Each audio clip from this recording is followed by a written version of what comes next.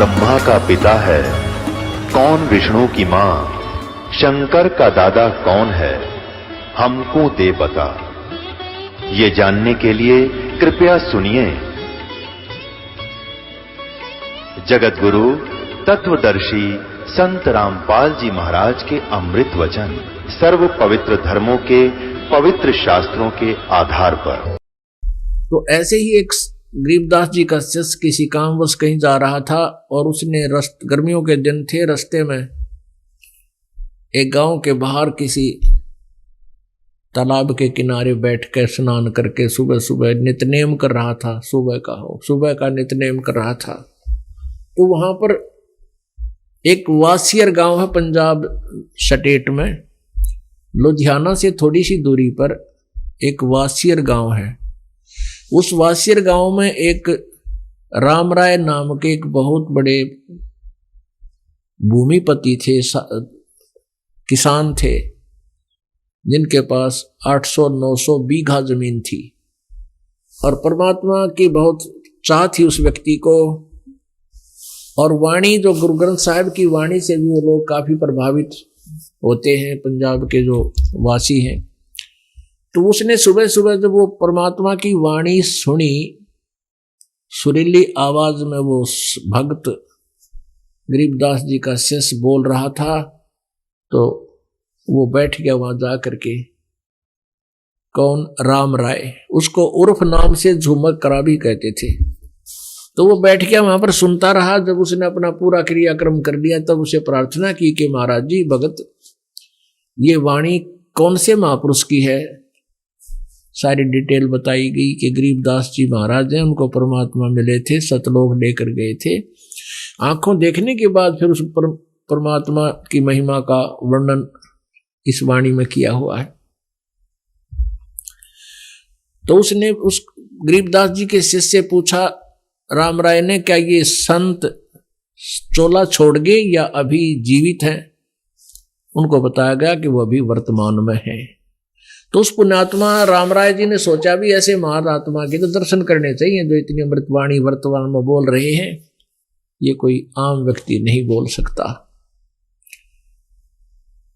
तो उसी समय वहां से अगले दिन उसने वहां से प्रस्थान किया गरीबदास जी के दर्शनार्थ, एक महान महात्मा जान के।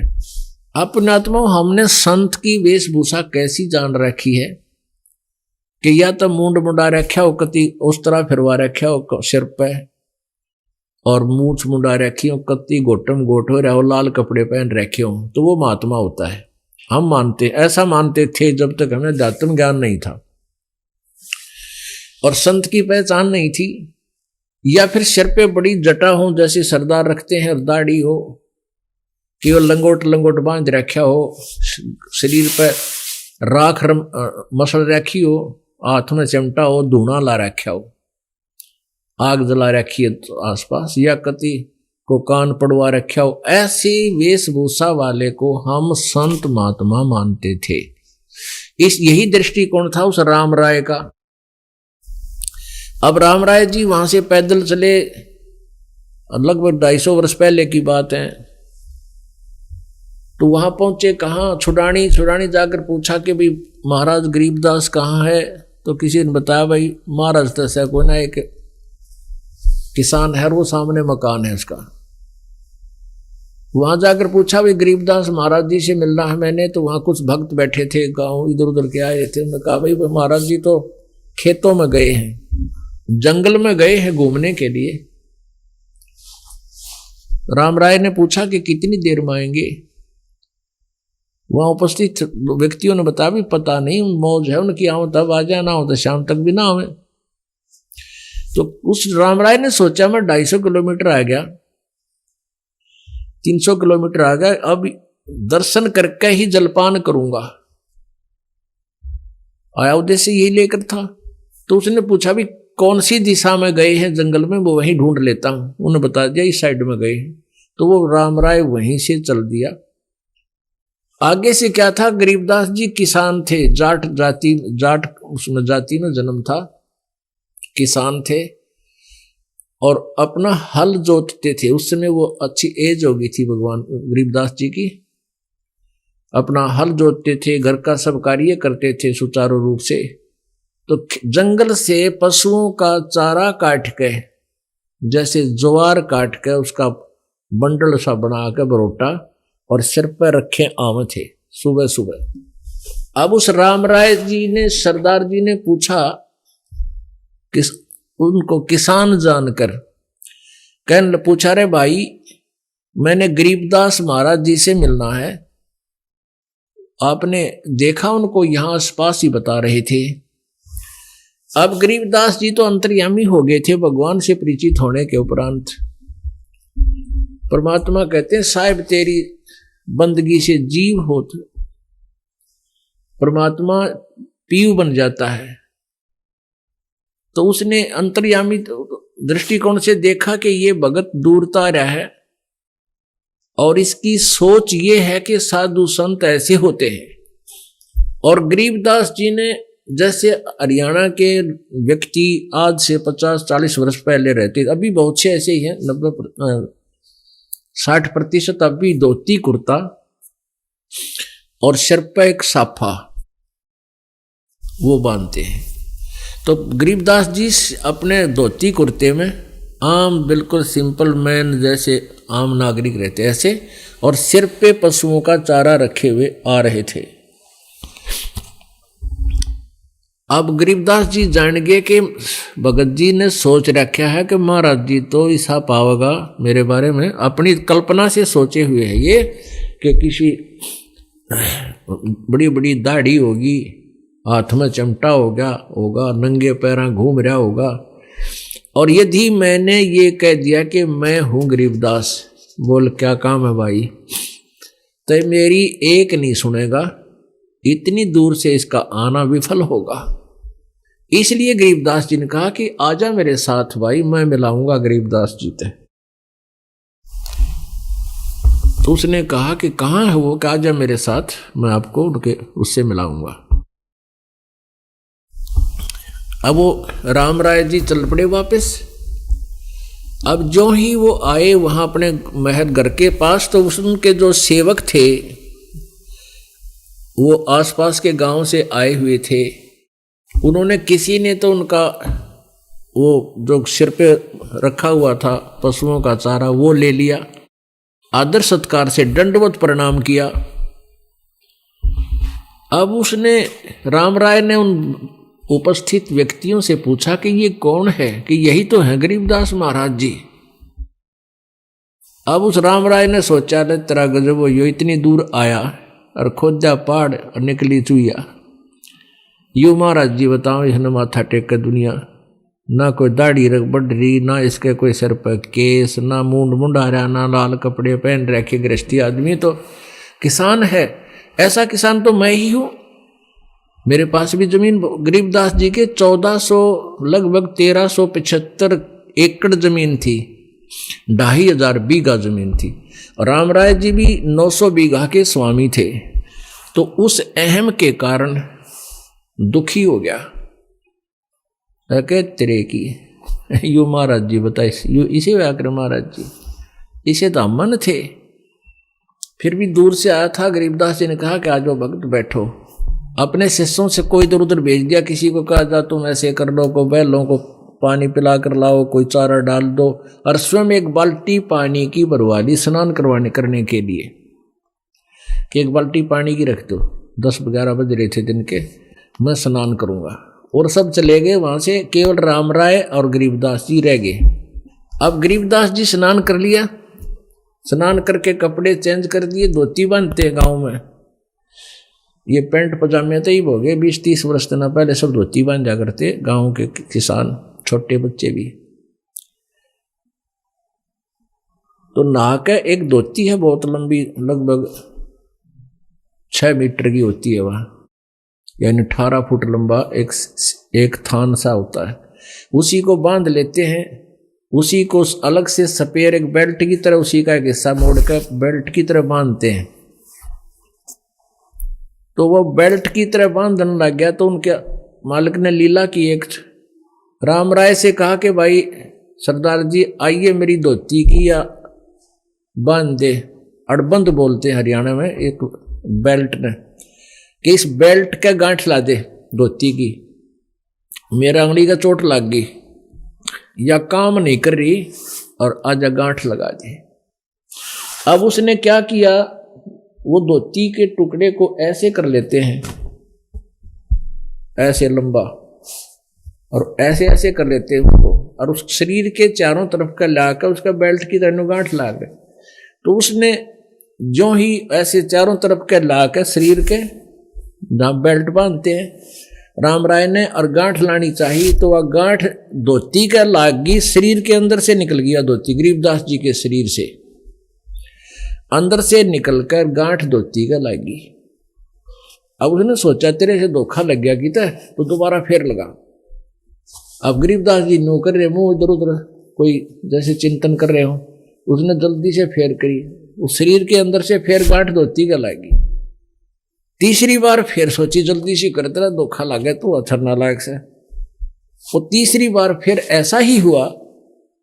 जब तीसरी बार भी ऐसा ही हो गया, शरीर के अंदर से धोती निकल गई, आर पार हो जाए, उसका गांठ लग जाए, तो गरीबदास जी ने कहा झूमक रहा, क्योंकि वो उसका मन झूम रहा था वहां पर, जो कह रहा था किसान महाराज जी है देखी तामरिया है, यो भी कोई महाराज है, बता एक किसान के पास आ बैठा, तो उसका नाम झुमकरा रख दिया। जो चंचल मन से सोच रहा था, कार्य झुमकरा राम राय के बात होगी भाई, गांठ ना लगी धोती के क्या बात है, अरे मैं तो तेरे जैसा आदमी हूं, फिर गांठ क्यों ना लगती तेरे ते। जब उसने देखा ऊपर को तो विष्णु जी के पुजारी थे वो राम राय जी, विष्णु जी के पुजारी थे, और क्या देखा कि गरीबदास जी ने विष्णु रूप बना रखा। अब नो देखकर एकदम चरणों में गिर गए और कहने लगे आप तो भगवान हो, आप तो परमात्मा हो। गरीबदास जी बोले भाई मैं परमात्मा को ना, बैठ जाते ना, परमात्मा के बारे में ज्ञान बताता हूं। फिर उन्होंने देखा तो एज जो अपने जैसे किसान होते हैं ऐसे ही, पर उसका विश्वास हो गया कि वो कोई लीलाधारी जरूर है। तो क्या किया उसने, गरीबदास जी ने उसको ज्ञान समझा, सृष्टि रचना बताई सारी, उसको वहीं पर रखा 1-2 दिन। तो फिर गरीबदास जी से उसने कहा कि भगवान, उस झुमकरा ने कहा कि हे परमात्मा, आज तक ऐसा ज्ञान हमारे को किसी ने बताया। तो गरीबदास जी ने कहा भाई इस ज्ञान के बताने वाले तुझे करोड़ों में नहीं मिले हैं, करोड़ों में, अरबों में कोई एक मिलेगा, अरब मार्गदर्शकों में। पुण्यात्माओं जैसे आप देख रहे हो कितने गुरु हैं, कितने ब्राह्मण हैं, कितने काजी मुल्ला हैं, कितने ये जो ईसाई धर्म के हैं ये कितने हैं, और फिर गांव गांव में एक के घर में 3-3 4-4 गुरु। एक किसी के बच्चे का कोई गड़बड़ हो जाती है, हमने देखी नो कहते को पड़ोसन आवेगी, कह क्या होगी, क्या हो गया बेबे तेरे बच्चे का अगली बीमार चल रहा है, कोई दिन तो बेटी है या बेटा बीमार है, तो नो कह इसका कान तला टीका ला दे, यहाँ काली शाही थे। एक गुरु, दूसरी कहेगी भीतरली की बोल दे 100 रुपया भीतरली का, भीतरली माई का। 2 गुरु, तीसरी आओगी बारली का धर दे गुड़। 3 गुरु, चौथी कहेगी इसके ऊपर कह के मैं वायर दे। 5 गुरु, 4 गुरु, कोई कह चौराहे पर धर दे इसकी एक ठीकरी, यानी एक के ऊपर मैंने माना 10 गुरु पा जा। ऐसे एक 5-10 हजार की आबादी में 5000 गुरु पाओगे। ये मार्गदर्शक, आध्यात्मिक मार्गदर्शक। और फिर ये अन्य बताने वालों की तो कमी है को नहीं। तो यहां क्या बताते हैं कि गरीबदास जी ने कहा कि करोड़ों मध्य कोई नहीं रह झूमक रहा, अरबों में कोई गर्क सुनो रहा झूमक रहा, तत्व भेद कोई ना कह रे झूमक रहा, ये पैसे ऊपर नाच सुनो रही झूमक रहा। कि ये पैसे के ऊपर लालच के अंदर ये दुनिया को ये संत भक्त ये गुरु भ्रमित कर रहे हैं। इस यथार्थ ज्ञान को जो मैं तुझे बता रहा हूं अरबों में नहीं बता सकता। अरबों में कोई एक मिलेगा। गर्क मीन कंप्लीट। जैसे ही इस ज्ञान के दास के ज्ञान को सुन के एक आध कर्महीन अपने आप नाम देने लग गया, यहां से चला गया, वो अधिकारी नहीं है, वो ज्ञान का चोर है। कहते हैं बेखा के लश्कर फिर ये वाणी चोर कठोर, और सतगुरु धाम न पहुंचेंगे ये 84 के ढोर।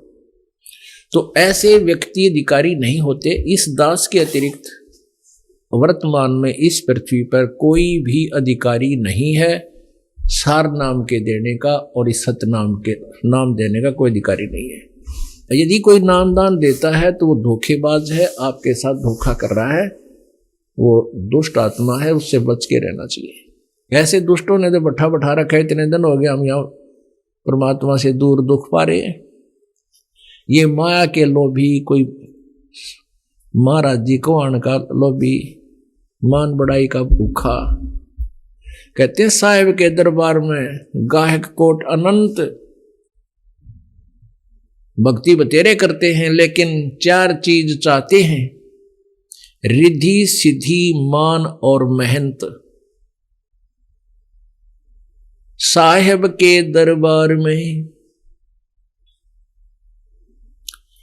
ऐसा कोई एक, इन चारों को छोड़ के वो चाव है पुरुष अलेख। साहिब के दरबार में गाहक कोट अनंत, और वो 4 चीज मांगे हैं, रिद्धि सिद्धि मान और मेहनत। बड़ाई चाहते हैं या मेहनत पड़ा, प्रधानता चाहते हैं।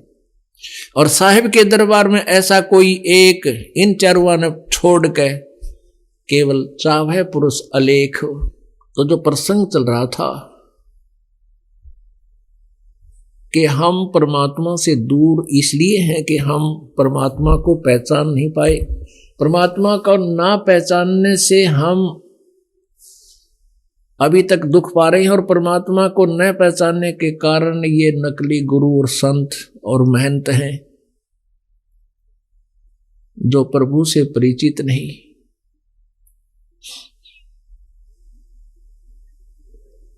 तो उनसे बचने के लिए, उनको उनकी परख करने के लिए हमने इस अध्यात्म तत्व ज्ञान को गहराई से सोचना और समझना पड़ेगा। तब हम उनसे बचे भी गए, उनको पहचान भी पाएंगे और भगवान के पास भी जा सकेंगे।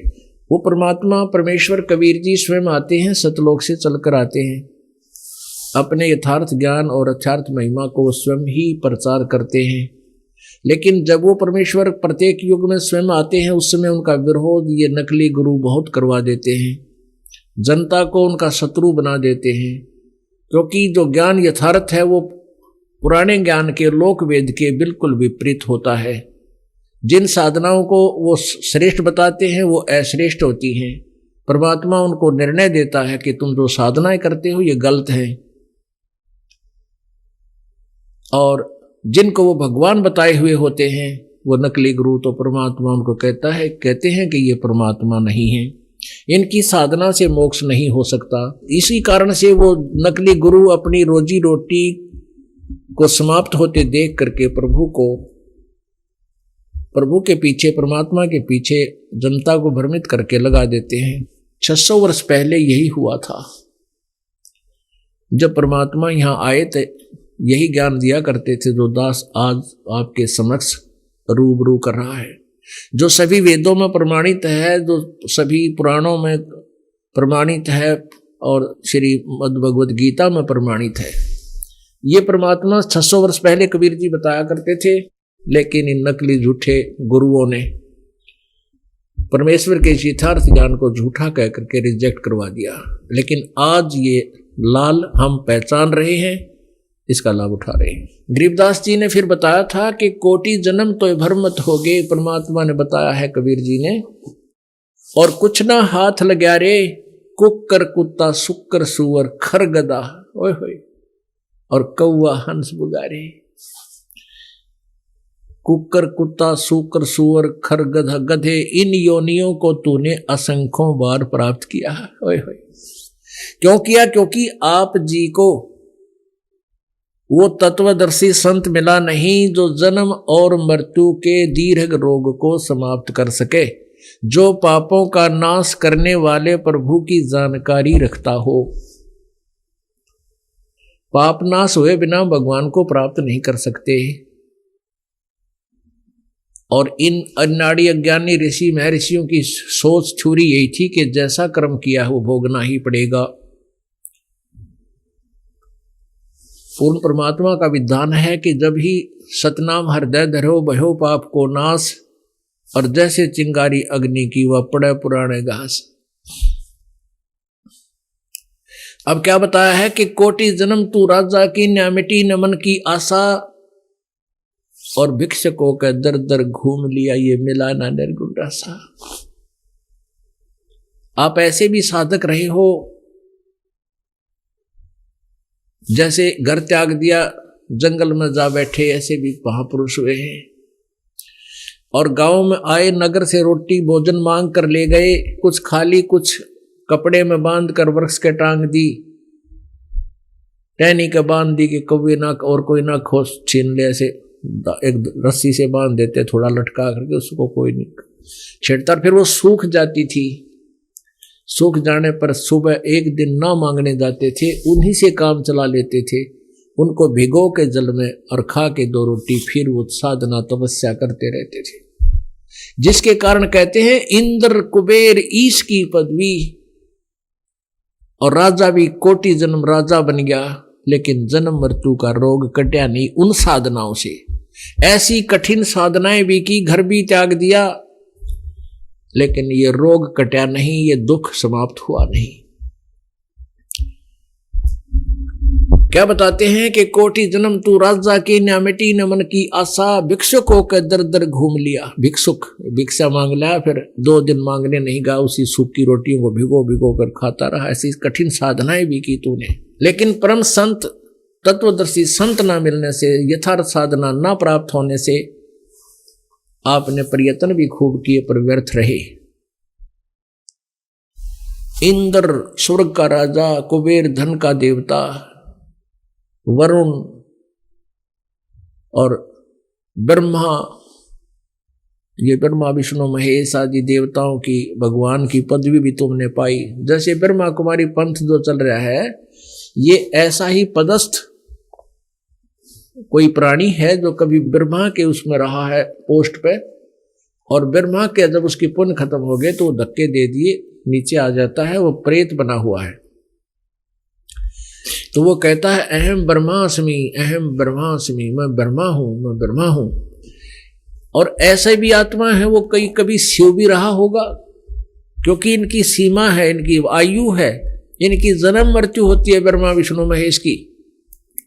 पुण्यात्माओं, ये एक ऐसा ज्ञान है कि ये सब जो दास ने बोले हैं कि ब्रह्मा विष्णु महेश की मृत्यु होती है, तो ये आम आदमी के गले नहीं उतर सकती, क्योंकि हमने ब्रह्मा विष्णु महेश को लोक वेद के आधार से, यानी सदग्रंथों से बाहर के ज्ञान के आधार से हमने अजरो अमर अविनाशी सोच रखा है, मान रखा है कि इनके कोई माता पिता नहीं, इनके जन्म मृत्यु नहीं होती। इस कंसेप्ट को क्लियर करना अति आवश्यक हो गया, अन्यथा कोई पुण्यात्मा इस सत्संग को सुन रहा होगा तो उसकी जो है ना एकदम कड़वा मुंह हो जाएगा कुनीन की तरह, और ये कुनीन खाए बार पड़ेगी। जैसे कोई मलेरिया ग्रस्त है और कुनीन कड़वी तो लगेगी, पर वो खाने से बात बनेगी, रोग भी नहीं कटेगा। तो ये कड़वा ज्ञान है, ये कड़वे ज्ञान को एक बार जाने दो अंदर, फिर देखना इसका एक्शन कैसा होता है। अपने ही सदग्रंथ बता रहे हैं, इनकी जीवनी बता रही है महापुरुषों की, ब्रह्मा विष्णु महेश की, कि ये नाशवान है।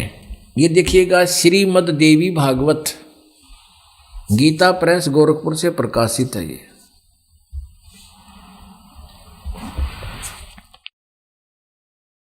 इसके संपादक कौन है?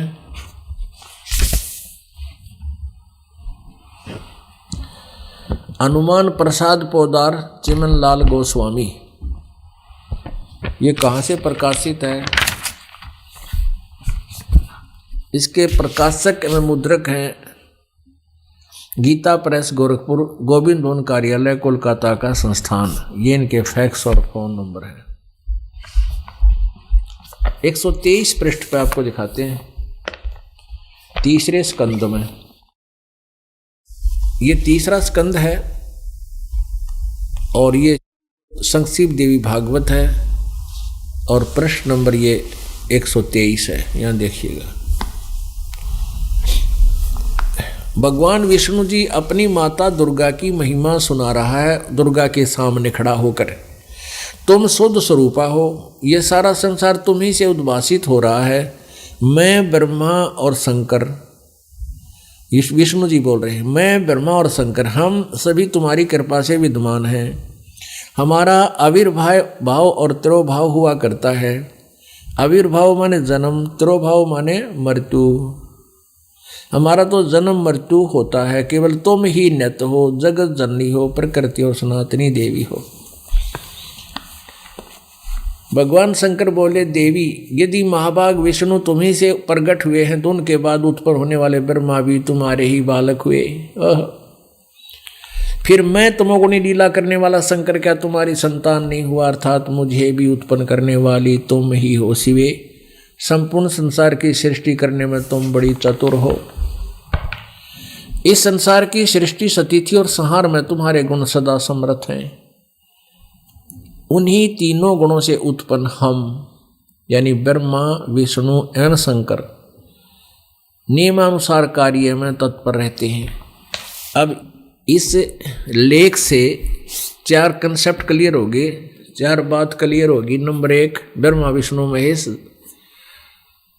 नासवान है, अविनाशी नहीं है। नंबर 2, दुर्गा इनकी माता है, जन्म देने वाली है, त्रिदेव जननी है। और तीसरा ये हो गया कि रजगुण ब्रह्मा, सतगुण विष्णु, तमगुण शिव जी। ये एक रजगुण ब्रह्मा है, सतगुण विष्णु, तमगुण शिव जी है। और चौथा ये हो गया कि ये केवल नियमानुसार कार्य ही कर सकते हैं, जिसके भाग में जैसा लिखा है वैसा ही दे सकते हैं। ये उसमें कोई परिवर्तन नहीं कर सकते। दुखी को ये सुखी नहीं कर सकते और सुखी को दुखी नहीं कर सकते, यानी पाप नाशक नहीं है। तो पुण्यात्माओं, ऐसे इनकी जन्म मृत्यु होती है। जैसे एक ब्रह्मा की आयु है, एक ब्रह्मा की आयु 100 वर्ष है। ये वर्ष कैसे बनते हैं? सतयुग, त्रेता, द्वापर, कलयुग, 4 युगों की एक चतुर्युगी होती है। ऐसे ऐसे 1008 चतुर्युग का ब्रह्मा का दिन, इसको लमसम 1000 मान लेते हैं हम। 1000 चतुर्युग का ब्रह्मा का दिन, इतनी ही रात्रि, 30 दिन रात का महीना, 12 महीने का वर्ष, 1 और 100 वर्ष की, ऐसे बने हुए 100 वर्ष की ब्रह्मा जी की आयु। ओहो! फिर ब्रह्मा जी से 7 गुना अधिक विष्णु जी की आयु 700 वर्ष, और विष्णु जी से 7 गुना यानी 4900 वर्ष शंकर जी की, तमगुण शंकर। तो रजगुण ब्रह्मा, सदगुण विष्णु, तमगुण शंकर की इस तरह आयु है। तो ऐसे ऐसे 70,000 बार जब तमगुण शिव मर लेगा, तब एक काल ब्रह्म लोक में रहने वाला ये काल मरेगा, इसकी मृत्यु होगी, जो गीता ज्ञान दे रहा है। गीता ज्ञान दाता इसलिए कह रहा है अर्जुन 4 अध्याय के 5वें श्लोक में और 9वें में कि मेरा जन्म मृत्यु तेरी और मेरे बहुत हो लिए, आगे भी होंगे, तू नहीं जानता मैं जानता हूं। मेरे जन्म और कर्म दिव्य हैं। कैसे हैं कि जैसे 70,000 बार इसका त्रिलोक की शिव मर लेगा, तब एक काल मरेगा ब्रह्मलोक में रहने वाला। वो एक युग होगा पर ब्रह्म का, उस अक्षर पुरुष का एक युग ओनली, और ये मर जाएगा, एक ब्रह्मांड का नाश होगा। फिर ये सारे, दुर्गा भी मरेगी, यो काल ब्रह्म भी मरेगा। फिर ये सारे प्राणी ऑटोमेटिक सिस्टम से, प्रभु परमेश्वर की बनाए हुए विधान से दूसरे ब्रह्मांड में चले जाएंगे। वहां दुर्गा और काल का अपने आप, जैसे ये सुरसी डोरे अपने आप, कई कीड़े अपने आप उत्पन्न हो जाते हैं, इस विधान से इन दोनों का जीवन होगा। ये एकदम युवा हो जाएंगे, ऐसे इनका प्रकट हो जाएंगे, इनका शरीर बन जाएगा। ये फिर आगे अपने वचन से, शारीरिक संपर्क से आगे ब्रह्मा विष्णु महेश की उत्पत्ति और अन्य सृष्टि फिर प्रारंभ करेंगे दूसरे ब्रह्मांड में। तो ऐसे इसकी मृत्यु, ये कहता मेरे भी जन्म मृत्यु होती है, लेकिन मेरे जन्म और कर्म दिव्य हैं, ऐसे हैं। तो फिर ऐसे जैसे एक युग हुआ, एक ब्रह्म की मृत्यु जो है ये परब्रह्म का एक युग, ऐसे ऐसे 1000 युग का परब्रह्म का दिन, इसमें चतुर्युग नहीं है। एक ब्रह्मा का 1000 युग का दिन, इतनी ही रात्रि, 30 दिन रात का महीना और 12 महीने का वर्ष, और 100 वर्ष की ऐसे बने हुए वर्ष की, 100 वर्ष की उस अक्षर पुरुष यानी परब्रह्म की आयु है, उसकी मृत्यु। इसलिए गीता जी अध्याय नंबर 15 के श्लोक नंबर 16 और 17 में सरपुरुष ये ब्रह्म, अक्षर पुरुष ये परब्रह्म, इन दोनों को और इनके अंतर्गत जितने प्राणी हैं सबको नाशवान बताया। ये स्थूल शरीर का नाशवान है और ये भी नाशवान है, इनकी भी मृत्यु होती है। और वो तीसरे नंबर का जो परम अक्षर ब्रह्म है वो है उत्तम पुरुष, वो है पूर्ण परमात्मा, अविनाशी प्रभु, और वही तीनों लोकों में प्रवेश करके सबका धारण पोषण करता है, वो है पूजा के योग। तो वो परमात्मा कबीर देव है, जो उसी नाम का अपनी महिमा आप बताई, जो सन 1398 में बनारस में एक लहर तारा तालाब पर विकसित कमल के फूल में, काशी में शहर के एक तालाब पर एक नवजात शिशु का रूप धारण करके प्रकट हुए थे। फिर धीरे धीरे लीला करते हुए वो अपने कार्य को किया, उन्होंने बड़े हो गए। तो कहने का भाव ये है कि हम जो ये जैसे इंद्र कुबेर ईश की पदवी, ब्रह्मा विष्णु महेश की पदवी पाकर भी तुम फिर जन्म मृत्यु में आए, तो ये ब्रह्मा कुमारी पंथ ऐसे पदस्थ ब्रह्मा और शिव के द्वारा चलाया गया है, वो भूत के द्वारा। अब जैसे कोई गांव का सरपंच बन जाए और फिर वो अगली योजना में नहीं आता, कई वर्षों तक आता ही नहीं बिल्कुल भी, तो भी उसको सरपंच साहब क्या करें गांव वाले, तो वो भी फिर अपने आप में जब का कौन सा था, भाई मैं हूँ प्यारा सरपंच है, अच्छा भाई आ जा। तो ऐसे ये जो ब्रह्मा विष्णु महेश की इतने लंबे समय तक ये उस पर रह जाते हैं पोस्ट पर, इनके दिल से जाता नहीं। ये खुद भी कहने लग जाते मैं ब्रह्मा हूँ, भूत बन रहा है, अहम ब्रह्मास्मि शिवो अहम, मैं शिव हूँ, टट्टू है तो ये भी है, ये वो भूत बने अंडर और अंतंकर यार, लाखों लोग बिगाड़ दिए। ऐसी दुर्गति है, ये है वो आत्म ज्ञान। ये भोली आत्मा वहां पता नहीं कितने लाखों की संख्या में और बैठे हैं भोले बने। तो ऐसे इनका ये होता उदाहरण होता। तो कहने का भाव ये है पुण्यात्मा, इंद्र कुबेर ईश की पदवी ब्रह्मा वर्ण धर्मराया और विष्णुनाथ के लोक को जाकर तो फिर भी उल्टा आया। अब यहां पर थोड़ा सा आपको एक इतिहास दिखाते हैं जिससे आपका मन दृढ़ होगा दास के इतने लंबे चौड़े सत्संग के ऊपर। जब तक आप आंखों नहीं देख लोगे कोई प्रमाण, आज मानने को नहीं मानो, क्योंकि इतना भ्रमित हो चुका है लोक वेद पर, इतना आधारित हो चुके हो आप कि जब तक आपके समक्ष प्रमाण छह नहीं होंगे तब तक आप मान नहीं सकते। काल ने बिगाड़ इतना दिया ज्ञान को, तो इसको सेट करने के लिए रह कर ये महापुरुषों के प्रमाण, सदग्रंथों के प्रमाण आपके रूबरू करने पड़ते हैं। इनमें से एक जैन धर्म के प्रवर्तक ऋषभ देव जी के पौत्र, और लास्ट में फिर आकर के वो 24 में तीर्थ कर जैन धर्म के महावीर जैन जी बने। उनके जीवन के इतिहास से आपको परमेश्वर की इस वाणी का विश्वास बनेगा, प्रमाण होगा। कोटि जन्म तन भर मत होगे, कुछ ना हाथ लग्या रे, कुकर सुकर खरबया बोरे, कौआ हंस बुगारे। कोटि जन्म तू राजा की न्या, मिटी न मन की आशा, भिक्षुक हो के दर दर घूम्या, मिला न निर्गुण रासा। इंद्र कुबेर ईश की पदवी, ब्रह्मा वर्ण धर्मराया, विष्णुनाथ के पुर को जाके फिर भी उल्टा आया। असंग जन्म तन मर्त्या होगे, जीवित क्यों न मरे रे, द्वादश मद महल मठ बोरे, बहुर न दे धरे रे। दोजक स्वर्ग, दोजक और स्वर्ग यानी दोजक भीष्ट, दोजक कहते हैं नरक को, बहिष्ठ कहते हैं स्वर्ग को। दोजक बहिष्ठ सभी ते देखे, राजपाट के रसिया, और 3 लोक से तरपति नाही, ये मन भोगी खसिया। सतगुरु मिले तो इच्छा मेटे, पद मिल पदे समाना। चल हंसा उस लोक पठाऊं, जो आज अमर अस्थाना।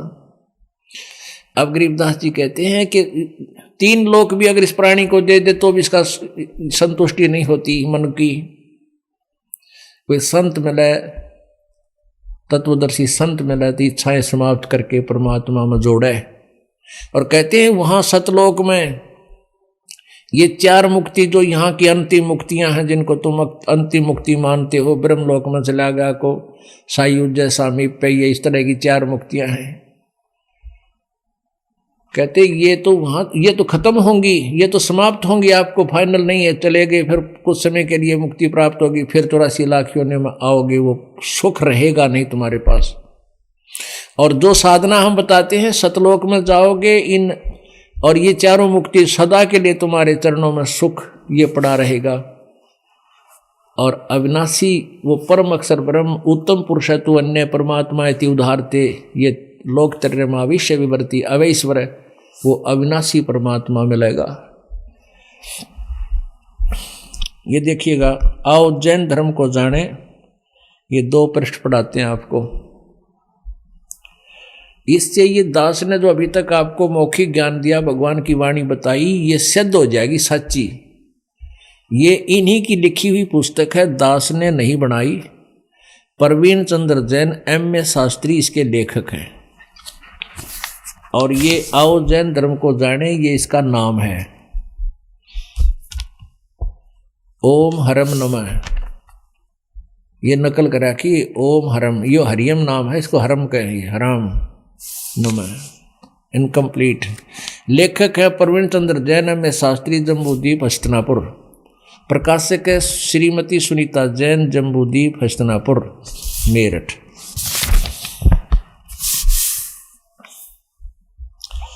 अब इसके आपको दिखाते हैं 293-94 पृष्ठ पे,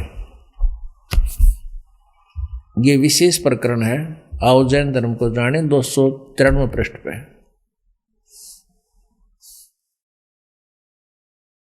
प्रश्न 3343 में, प्रश्न नंबर संख्या, श्री महावीर भगवान के अन्य कौन कौन से नाम हैं? उत्तर है अन्य 5 नाम हैं, वीर, अतिवीर, सन्मति, महावीर एवं वर्धमान।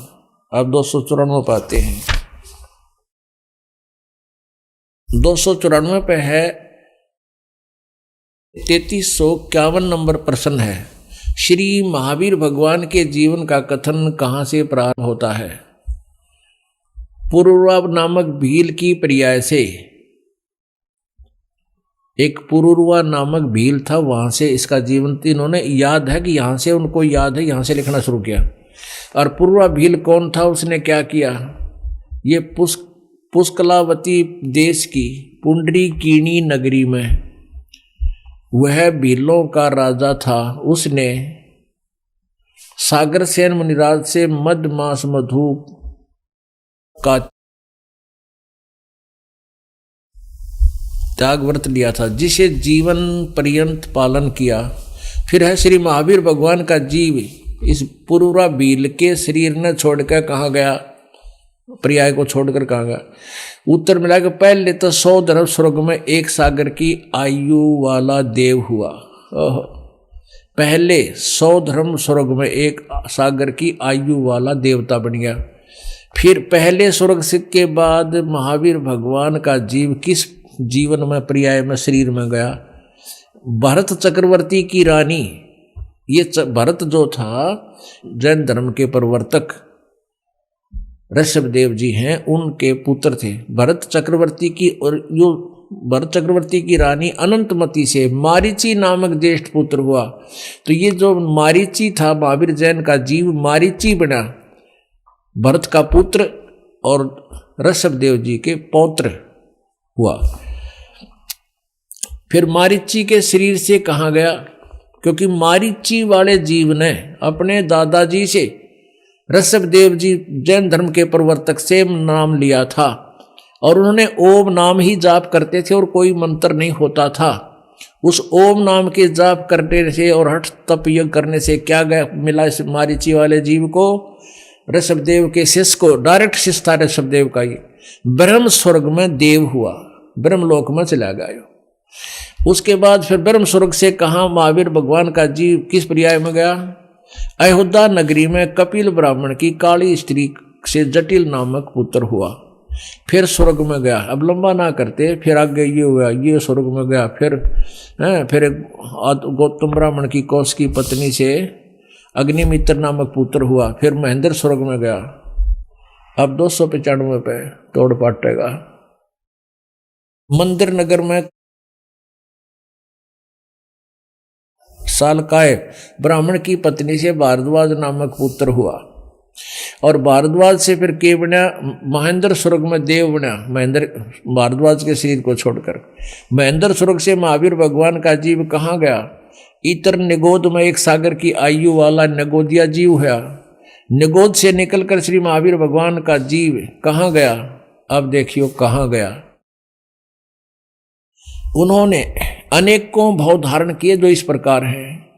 1000 आक वृक्ष के शरीर भाव, 80,000 सीप के भाव, वह सीप समुद्र में होते से मोती बनती है। 20,000 नीम वृक्ष के भाव, 90,000 बार केल वृक्ष के भाव, और 3,000 बार चंदन वृक्ष के भाव, 5 करोड़ बार कनेर वृक्ष के भाव, 60,000 बार वैश्या के शरीर, ओहो, 5 करोड़ बार शिकारी के शरीर भाव, और 20 करोड़ बार हाथी, 20 करोड़ बार हाथी, और 60 करोड़ बार गधा। ओ तेरा गजब भैया, गधा तो एक बना बतेरा, और 30 करोड़ बार कुत्ता। यह और कसर रहेगी, 30 करोड़ बार कुत्ते के जीवन। हे मेरे मालिक, पुण्यात्मा कलेजा मुँह का आवे, और इस ज्ञान में थोड़ा सा भी इंटरेस्ट रखोगे दास के में, फिर देखना निर्णय क्या होता है।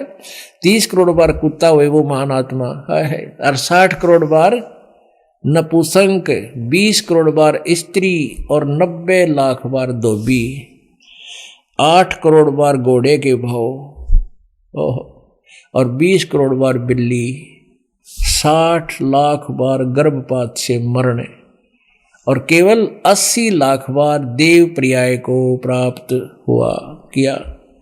80 लाख बार तक देवता बना कुल, और बाकी ये देख लो रत्रा के जो भैया 60 करोड़ बार गधा सिर पर धर ले इस देवता पढ़ने जो गधा एक का बना बतेरा, 60 करोड़ बार तो बहुत घना हो गया। और कुत्ता है 30 करोड़ बार कुत्ता, औरतें आपने पढ़े लिया सारा। ये नहीं मैक्सिमम कष्ट होता है गधे और कुत्ते के जीवन में। ओह, अब पुण्यात्मा आगे क्या देखना, इसने क्या किया? इस महावीर फिर 80 लाख बार देव पर्याय को प्राप्त हुआ। बस उपरोक्त भावों को जीवन को भोगने के बाद महावीर श्री महावीर भगवान ने किस पर्याय को प्राप्त किया? राजगृह नगर में स्थावर नामक ब्राह्मण को। उस ब्राह्मण से फिर महेंद्र स्वर्ग में 7 सागर वाली आयु का देव हुआ। फिर उससे कहा राजगृह में विश्वभूति राजा की जैनी रानी से विश्वनंदी नामक पुत्र का पुत्र हो गया। विश्वनंदी के प्रयास से निकलकर महाशुकर स्वर्ग में देव हुआ। फिर त्रिपुट नारायण हुआ। फिर नारायण फिर 7वें नरक में गया। यह कसर रह रही थी नरकाली, अब 7वें नरक में गया। आगे देखो 296 पृष्ठ पे। ओहो, फिर कहते सिंहगिरी पर्वत पर सिंह हुआ और पुनः फिर प्रथम नरक में गया, 1 नंबर के नरक में। ओए होए, और फिर कहाँ हिमवान सिख पर्वत शिखर पर सिंह हुआ, उस नरक से निकल गया, फिर शेर बना। और फिर वो क्या कहाँ गया? सौदह स्वर्ग में सिंह केतु नामक देव हुआ। फिर कहाँ गया? कनक प्रभा नगर में राजा नकपुंख विद्याधर की और रानी कनकमाला से कंकोजल नामक पुत्र हुआ। फिर 7वें स्वर्ग में गया, अयोध्या नगरी में जन्म लिया, महासुगर स्वर्ग में देव हुआ। फिर दात की खंड की पूर्व विदेही पुष्काकली देश की पुंडी की नगरी में राजा सुमित्र सुमित्र रानी मनोरमा से प्रिय मित्र नामक चक्रवर्ती हुआ, राजा बन गया। और फिर संसार स्वर्ग में देव हुआ। संसार स्वर्ग से कहाँ गया? जम्बूद्वीप में छतरपुर नगर में नंदीवर्धन नामक राजा की वीरमती रानी से नंद नामक पुत्र हुआ। फिर नंद का जीव कहाँ गया? पुष्पोत्तर विमान में देव हुआ। और फिर वो 24वां तीर्थ श्री महावीर भगवान होया। ओ तेरा गजब हुई, ये भगवान होया, मतलब इतनी ब्रान माटी हो गए। फिर यो 24वां तीर्थ कर श्री महावीर भगवान होया। और फिर महावीर भगवान ने के कमाल किया। श्री महावीर भगवान के जीव ने कितने पाखंड मत चलाए? कहते 363 पाखंड मत चलाए। ओ तेरा गजब भैया। पुण्यात्माओं, ये जो इतिहास है महापुरुषों के, ये सचमुच इनके साथ, क्योंकि ये इन्होंने लिखा हुआ है, हम तो लिखते नहीं हो, बनावटी बना ली, झूठ बोल दी।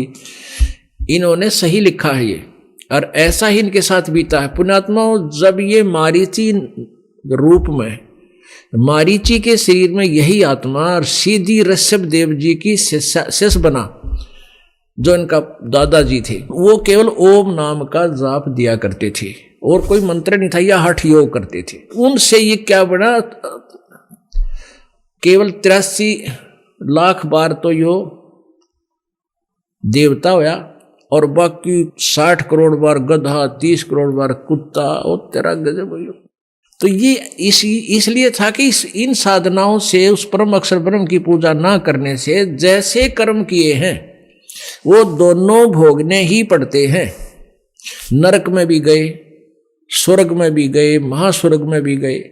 और फिर उसके बाद फिर ये महावीर जैन हुए। महावीर जैन ने फिर 363 पाखंड मत, यानी वेदों से हटकर अपने मनमुखी बकवाद की साधना शुरू कर दी।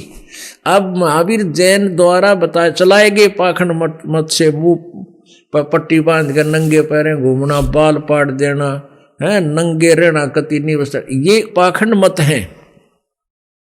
तो इनसे तो कति सीधा ही नरक या पशु योनियों को ही प्राप्त होंगी, स्वर्ग भी नहीं प्राप्त हो सकता, देवता भी नहीं बन सकते इन साधनों से।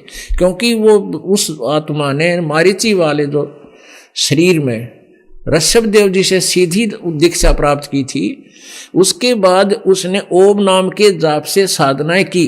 उनके कारण वो इतना देवता बना, फिर स्वर्ग गया, फिर मनुष्य बना, पृथ्वी पर राजा बना, और फिर नरक गया। और महावीर जैन के बाद तो महावीर जैन की दुर्गति और ज्यादा हुई है, और उसने तो अन्य आने वाले अनुयायियों को भी शास्त्र विधि त्याग कर मनमानी पाखंड मत पर आरूढ़ कर दिया। गीता जी अध्याय नंबर 16 के श्लोक नंबर 23 में स्पष्ट किया है कि शास्त्र विधि को त्याग कर जो मनमाना आचरण करते हैं, मनमानी पूजाएं करते हैं, उनको न तो कोई सुख हो, ना उनकी कोई गति हो, ना कोई सिद्धि प्राप्त हो, अर्थात यूजलेस। तो पुण्यात्माओं, परमात्मा ने क्या बताया था? कोटि जन्म तन भर मत होगे, कुछ ना हाथ लग्या रे, कुकर सुकर खरवया बोरे, कौआ हंस बुगारे, कुत्ता गधा सुअर बुगले हैं, ये पशु पक्षियों की योनियां तूने बहुत बार भुगती। इंद्र कुबेर ईश की पदवी, ब्रह्मा वरुण धर्म राया, विष्णुनाथ के पुर को जाके फिर भी उल्टा आया। कोटि जन्म तू राजा की, न्या मिटी न मन की आशा। ओए होए। अब ये महावीर जैन जी कितनी बार, इनकी आत्मा कितनी बार राजा भी बनी, स्वर्ग में भी गए, देवता भी बने, फिर भी इच्छाएं समाप्त नहीं हुई। तो क्या बताते हैं? सतगुरु मिले तो इच्छा मेटे, पद मिल पदे समान, चल हंसा उस लोक पुठाऊं, जो आदि अमर अस्थान। वहां क्या होगा? चार मुक्ति जहां चंपी करती माया होरी दासी, दास गरीब अभय पद पर से, वो मिले राम अविनाशी। सत साई परमपिता परमात्मा पूर्ण ब्रह्म सारी सृष्टि के रचनहार कबीर देव जी ने, कबीर साहिब जी ने अपने यथार्थ ज्ञान को, अपने यथार्थ ठिकाने को स्वयं ही आकर के ज्ञान कराया है। अपनी प्यारी आत्माओं को बताया है। आज सुबह के सत्संग में आप जी ने सुना, परमात्मा ने अपनी प्यारी आत्माओं को, जो अच्छी आत्माएं थी, उनको आकर के दर्शन दिए, उनको सतलोक सचखंड उस अमर लोक में लेकर गए जहां गए हुए प्राणी सदा सुखी रहते हैं, उनका पुनर्जन्म नहीं होता। उनमें से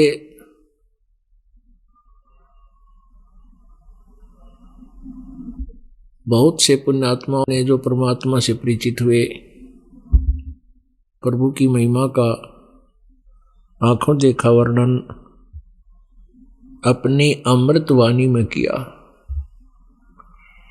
वो अमृतवाणी उन महापुरुषों की आज हमारे लिए एक एफिडेविट बन गया, हमारे लिए प्रत्यक्ष प्रमाण हो गया कि इन महापुरुषों को परमात्मा मिले थे। जिनको परमात्मा मिले थे उनकी साधनाएं क्या थी, वो भी उनकी वाणी में लिखा हुआ कि उन्होंने कौन कौन सी साधनाएं की। आज जो हम साधना कर रहे हैं, ये वो साधना है जो उन महापुरुषों ने की थी, जिनको परमात्मा मिले थे, जिन्होंने पूर्ण मोक्ष प्राप्त किया था, जन्म मृत्यु जिनकी समाप्त हुई है। इस बात से हमें और खुशी होती है, ये दृढ़ता मिलती है हमारी भक्ति मार्ग में कि जो साधनाएं हम कर रहे हैं यही उन महापुरुषों ने की थी, जिन्होंने परमात्मा पाया और जन्म मृत्यु के रोग को समाप्त करवाया। परमात्मा की भक्ति बहुत आसान है, इसमें अधिक ज्ञान की आवश्यकता नहीं थी, केवल इतना ही काफी था कि मनुष्य जीवन मिला है परमात्मा की भक्ति के लिए ही मिला है। यदि हमें ये यथार्थ ज्ञान पहले से ही होता तो हम अधिक सत्संग की बजाय भजन ही करते, भक्ति करते। अब सत्संग इसलिए आवश्यक हो गया क्योंकि हम अज्ञान से ओतप्रोत हो चुके थे और उस अज्ञान का इतना गहरा असर हमारे ऊपर हो चुका है कि इसमें सत्संग हमें आखिरी श्वास तक आवश्यक रहेगा, इसकी आवश्यकता रहेगी। क्योंकि अज्ञानी संतों की कोई कमी नहीं, फिर उनके द्वारा भ्रमित जनता की कमी नहीं,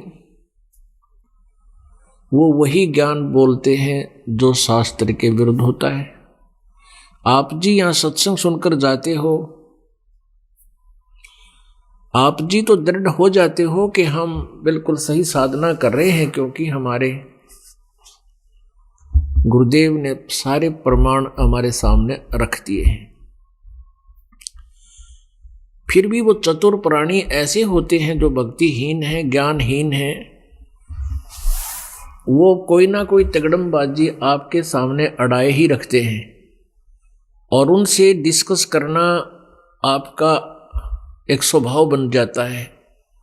डिस्कस इसलिए करते हो कि परमात्मा, जैसे हम रास्ता भूल चुके थे, यथार्थ ज्ञान हमें नहीं था, आज ये हमारे भाई बहन रिश्तेदार या मित्र या वैसे कोई आ जाता है, कोई संपर्क में व्यक्ति, बहन भाई, तो आप सोचते हो कि इनको भी ज्ञान करा दें, लेकिन वो इतने चतुर होते हैं कि आप जी को वो कोई ना कोई ज्ञान की अटकल ऐसी उल्टी सुल्टी ला करके भ्रमित कर लेते हैं और आप उनका उत्तर नहीं दे पाते हो।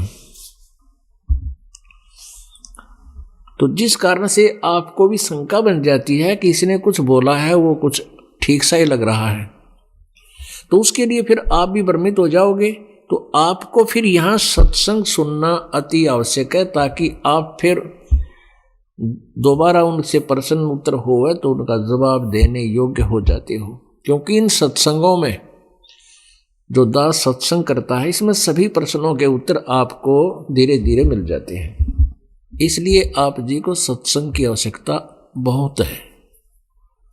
दूसरे तरीके ये समझिए कि जैसे हम प्रतिदिन वस्त्र पहनते हैं, वो कितना ही हम बिल्कुल चाहे किसी अच्छे ऑफिस में भी काम करते हैं तो भी कपड़ा मैला हो ही जाता है, तो उसके भी प्रतिदिन धोना ही पड़ता है। तो ऐसे ही सत्संग हमारे अंतःकरण को साफ करता है, फिर उसमें चमक आती है, रुचि बढ़ती है। सत्संग सुनने से प्रेम जागृत होता है, परमात्मा के प्रति श्रद्धा बढ़ती है। किसी वस्तु के गुणों से हम परिचित होते हैं, उसके पाने की चाह हमारे अंदर प्रबल होती है। इसलिए सत्संग में आना अति आवश्यक होता है। परमात्मा बताते हैं, सत्संग की आधी घड़ी और वर्ष हजार, तो भी बराबर नहीं, कहें कबीर विचार। सत्संग के अंदर परमात्मा की महिमा से परिचित कराया जाता है और इस प्राणी को जगाया जाता है जो मोह ममता की निद्रा में अज्ञान अंधेरे में ये सो रहा है। परमात्मा हमें याद दिलाते हैं कि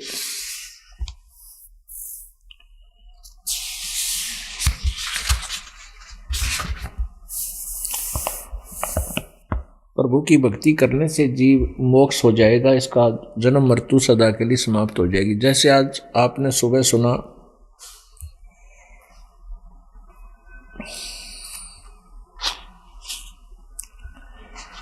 कि कोटि जन्म तो भरमत होगे, कुछ ना हाथ लग्या रे,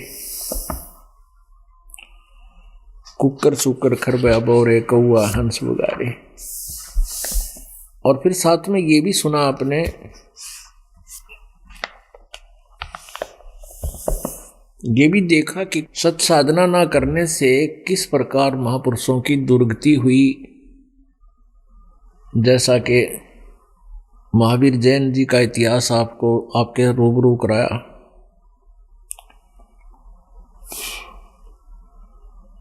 तो ऐसे हम इन महापुरुषों की जीवनी देख करके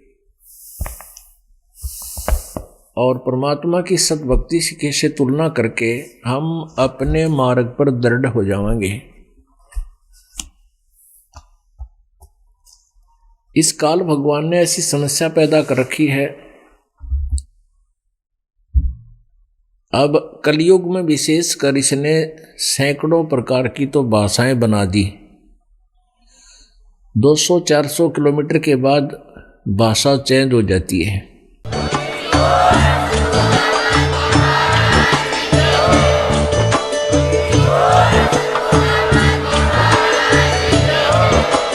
आप सुन रहे थे जगत गुरु तत्वदर्शी संत रामपाल जी महाराज जी के मंगल प्रवचन। अधिक जानकारी के लिए विजिट कीजिए हमारी वेबसाइट www.jagatgururampalji.org। संत रामपाल जी महाराज जी के शुभ आशीर्वाद से पूरे विश्व भर में 500 से भी ज्यादा नाम दीक्षा केंद्र हैं, जिन पर संत रामपाल जी महाराज जी द्वारा ऑनलाइन निःशुल्क नाम दीक्षा दी जा रही है। अपने नजदीकी नाम दीक्षा केंद्र का पता करने के लिए संपर्क करें 8222880541।